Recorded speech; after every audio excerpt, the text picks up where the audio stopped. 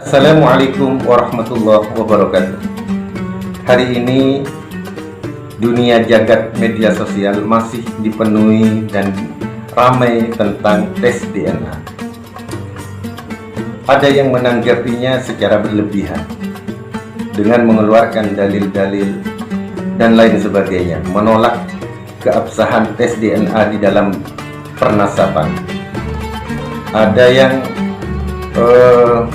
dengan berapi-api, bahkan juga dengan bahasa yang seakan-akan menyudutkan bahwa tes DNA ini adalah sesuatu yang dilakukan oleh orang-orang di luar Islam.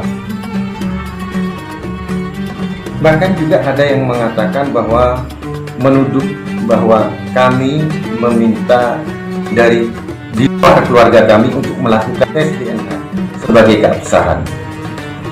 Kalau boleh saya langsung katakan, ada yang menuduh kami meminta Bani Alawi untuk melakukan tes DNA. Itu adalah sebuah kebohongan besar.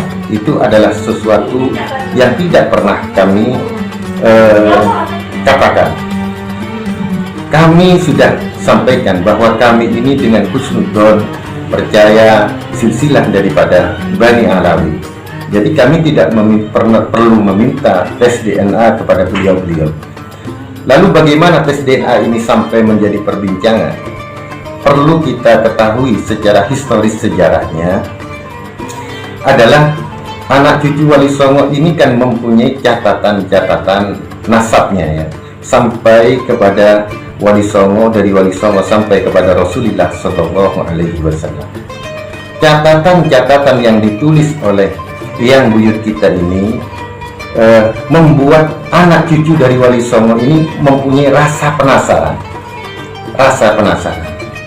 sehingga kami berinisiatif sendiri untuk melakukan tes DNA, ingin memastikan apakah ketika catatan kuno itu ketika dikomparasikan dengan keilmuan modern, apakah terkonfirmasi atau tidak, begitu.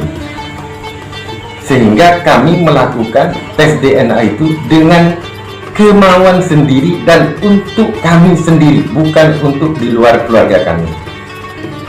Oleh sebab itu kemudian ada sebagian yang mempunyai rezeki lebih karena tes DNA ini mahal, melakukan tes DNA. Ketika keluar ini, apa hikmahnya ketika keluar? Pertama, kita ini di dalam hal mendukung penelitian kita tentang jalur-jalur daripada Wali Songo. Di situ kita ingin tahu peta migrasi. Jadi di dalam hasil tes DNA ini bukan hanya menyajikan haplogrupnya, SNP-nya saja, tetapi juga peta migrasi. Kita ini ingin tahu persebaran Wali Songo ini dari mana ke mana sampai ke Nusantara ini.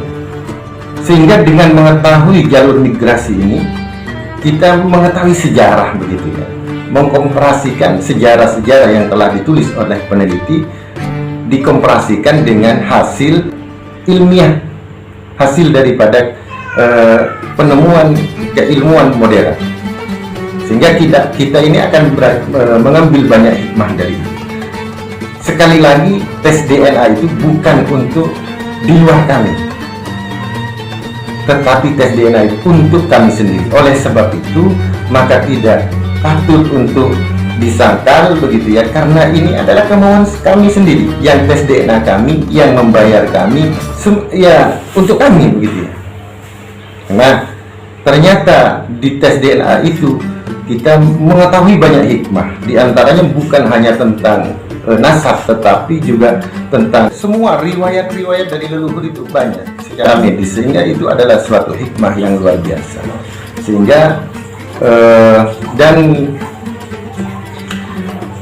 yang terakhir, begitu ya, dan yang terakhir, tes DNA itu bukan kami ini tidak punya silsilah kemudian dites ingin mengetahui jalurnya kepada Rasulullah atau kepada Wali Songo, tidak, tetapi sudah ada catatannya, tetapi kemudian ingin dikonfirmasi dengan ilmuwan modern.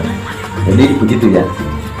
Kalau misalkan kita nggak ada silsilahnya kepada Wali Songo, kemudian kita melakukan tes DNA, misalkan kodenya sama dengan Wali Songo, jalurnya kemana? Kan nggak ada yang tahu juga, gitu ya. Sehingga yang dites DNA ini adalah dzurriyyah Wali Songo yang secara kajian nasab beliau dianggap sahih bersambung kepada Wali Songo. Kemudian beliau-beliau yang sudah dianggap sahih ini melakukan tes DNA secara mandiri. Jadi tidak benar kami ini meminta tes DNA di luar keluarga kami. Terima kasih. Assalamualaikum warahmatullahi wabarakatuh.